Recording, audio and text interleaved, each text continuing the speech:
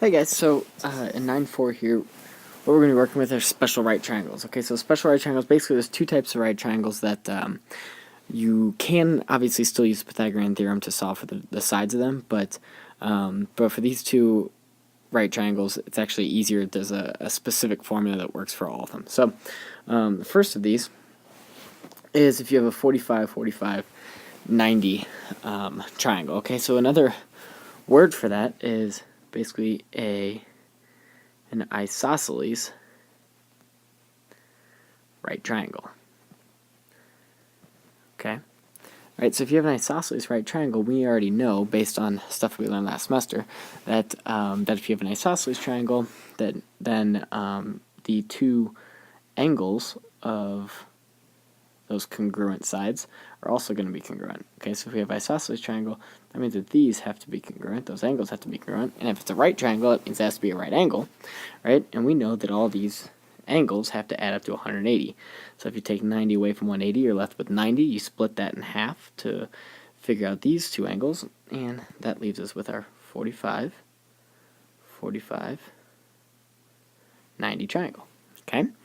So for a 45, 45, 90 triangle, we already know that these two legs, it's isosceles, right? So these two legs have to be the same. So we call both those x.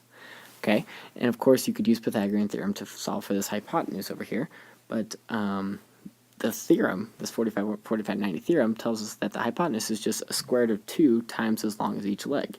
Right? So if each leg is x, then the hypotenuse here is just x times root 2. Okay? So this is really, really helpful for if you know, obviously, these sides, and you know it's a 45, 45, 90 triangle, then you just write a root 2 next to the hypotenuse, and you're done. Okay? That's the first one. That's the easier of the two. The other one it's also easy, but just a little bit more complicated, is this 35 or 30, 60, 90 triangle. Okay, so for a 30, 60, 90 triangle, all right, it's going to look just like this. Okay, that's obviously a right angle. We've got a smaller one, and that's 30 degrees, and we've got a bigger angle, and that's 60 degrees. Okay, so if we have something like that, then basically we start, well, if you read this theorem, it says the hypotenuse is twice as long as the shorter leg, and a longer leg is square root of 3 times as long as the shorter leg. So the shorter leg is our smallest side, obviously. Okay, the shortest side is what we define x. Okay, now the hypotenuse is 2 times x. That's obviously very, very easy. And the longer leg is just x times root 3. Okay, so if you can find what the shorter leg is for any 30, 60, 90 triangle, then you just write a root 3 behind it to find the other leg, which is the other side, the longer side that touches the right angle. Okay, and then the one side that doesn't touch the right angle, the side across from the right angle, the hypotenuse, is just 2 times whatever the shorter side is. Let's go to right in the examples, and I'll show you what this looks like. So we need to find missing lengths of basically all these triangles. So I have a whole bunch of examples here. We'll get through as many as I can in the time provided. Okay, so we'll start here. Very, very simple problem right here. Okay, if you have both of these legs are 10, then that automatically tells us this is an isosceles right triangle, right?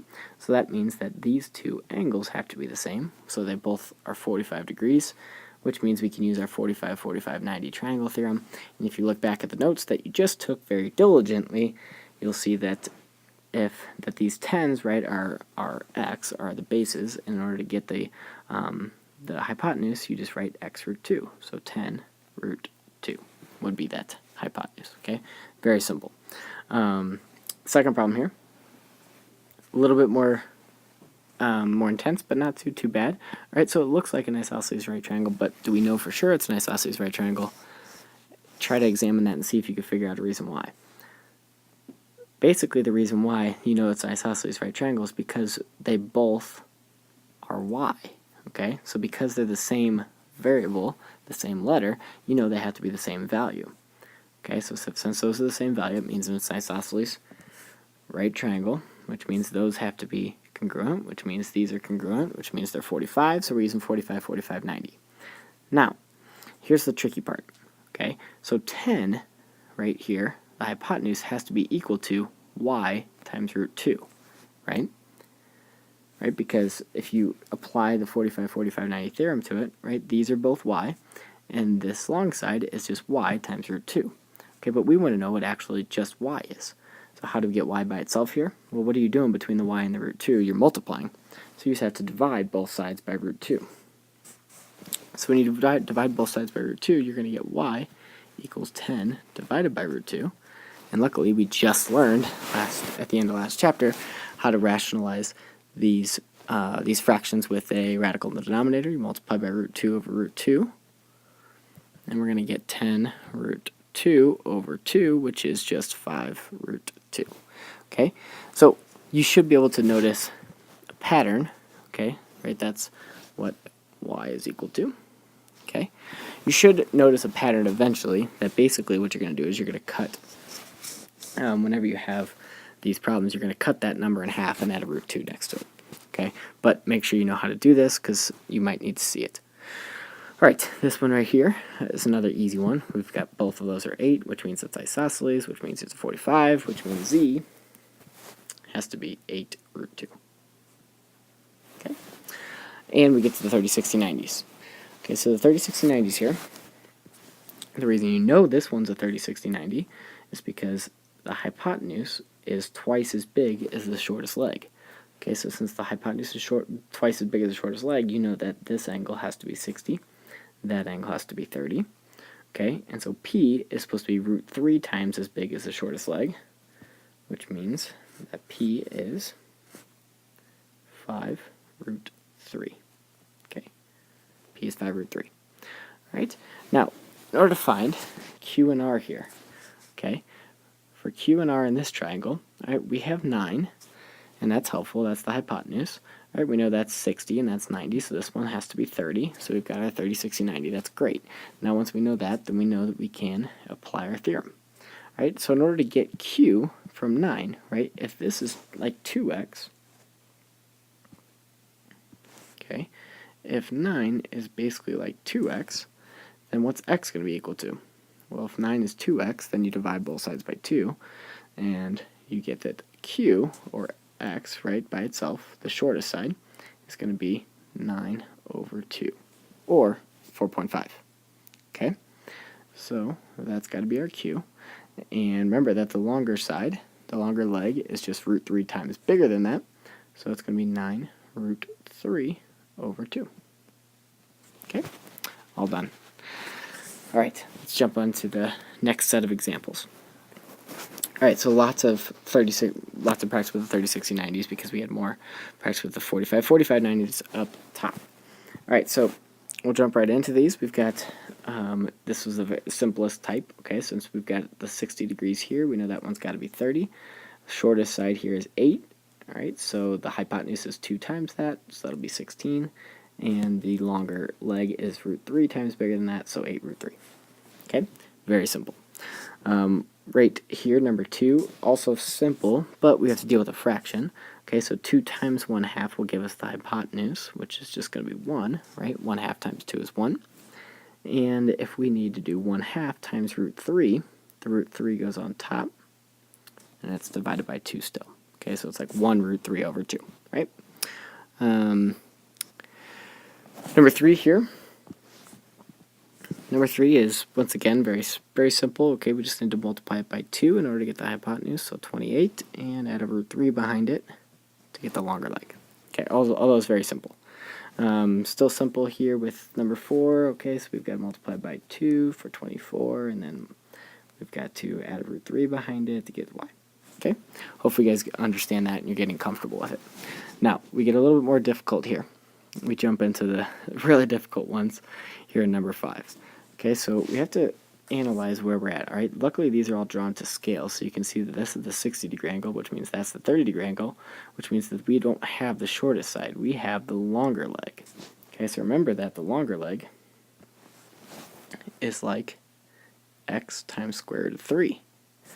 Okay, so since that's like x times square root of 3, we need to find what just x is. Okay, so in order to get that by itself, we need to divide both sides by root 3. That way we get x by itself. Okay, so x is 12 over root 3. I'm going to move over to the side here and try to simplify that. 12 over root 3. And we're going to multiply by root 3 over root 3. And we're going to get 12 root 3 over 3. Okay, and we can reduce that to be 4 root 3.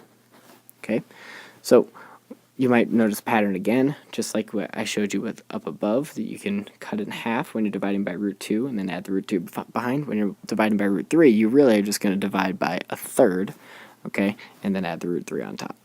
Okay, so x here is 4 root 3. Okay, so since the shortest side is 4 root 3, right, you could double check this and make sure when you multiply to root 3 you're going to get 12, and it's going to come out right. And to get the hypotenuse, you have to multiply this shorter leg by 2, okay, in order to get the hypotenuse. So when you do that, you'll get 8 times square root of 3. Right, same idea here with number 6. Right, so number 6, do the exact same process as I did with number 5. Right, you need to divide this longer side by a square root of 3 to get the shorter side. And when you do that, you should get 8 root 3 over 3. Okay, and when you multiply that by 2 to get the hypotenuse, you're going to get 16 root 3 over 3. All done. All right, lastly here, when you have the hypotenuse, okay, the number 7, you have the hypotenuse because obviously it's across from the right angle. We need to find the shorter side and then find the longer side. So to do that, we'll divide, right, in order to find the shorter side, you got to divide that by 2, so it's going to be 11 over 2. And then to multiply that by root 3, it's just 11 root 3 over 2. Okay, same idea with 8 here.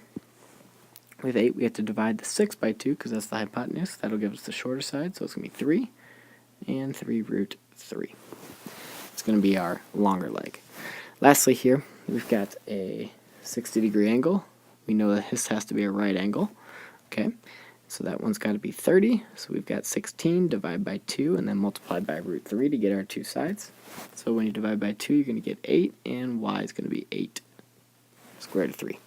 All right, now lastly, word problems. All right, for these word problems, we've got an equilateral triangle. Every equilateral triangle has all side lengths the same. And everything's got to be a 60-degree angle. Okay, we want to find the altitude of this triangle. So if I draw the altitude, I'll do it in green. So you can see it's different. Remember, an altitude is from a vertex to the other side at a perpendicular. Okay, so you have it, obviously you should see, we have a 90-degree angle, 60-degree angle, 30-degree angle. Very similar to what's up top here. Okay, that's the altitude, right? That's an altitude, and this is an equilateral triangle. So we have the side length is 10 inches, and we want to find the triangle's altitude. All right, so if that's 10, then divide by 2 to get the short side, it's 5, and multiply by root 3 in order to get the altitude, which is going to be 5 root 3 inches. Just like that. Okay, now if we have at number 11 here, they give us the altitude. Okay, same setup. We've got the altitude is 18 inches. They want to know what the length of a side is. Okay, so if they're giving us the length, we want to know the length of the side is. Okay, we obviously still an equilateral triangle, so still 60, 30, 90. All right, that's the 60, that's the 30. That's the shortest side. That's going to be our x. 18 is our x root 3. And the side length is going to be 2 times x. All right, so to finish this up, what we need to do is divide by square root of 3, divide 18 by square root of 3 to get our short side, and then multiply that by 2. So we have 18 over root 3 times root 3 over root 3 is 18 root 3 over 3. Divide that out, and we're going to get 6 root 3. Okay, so this is 6 root 3. And so 2 times that is going to be 12 root 3. All done. See you guys in class.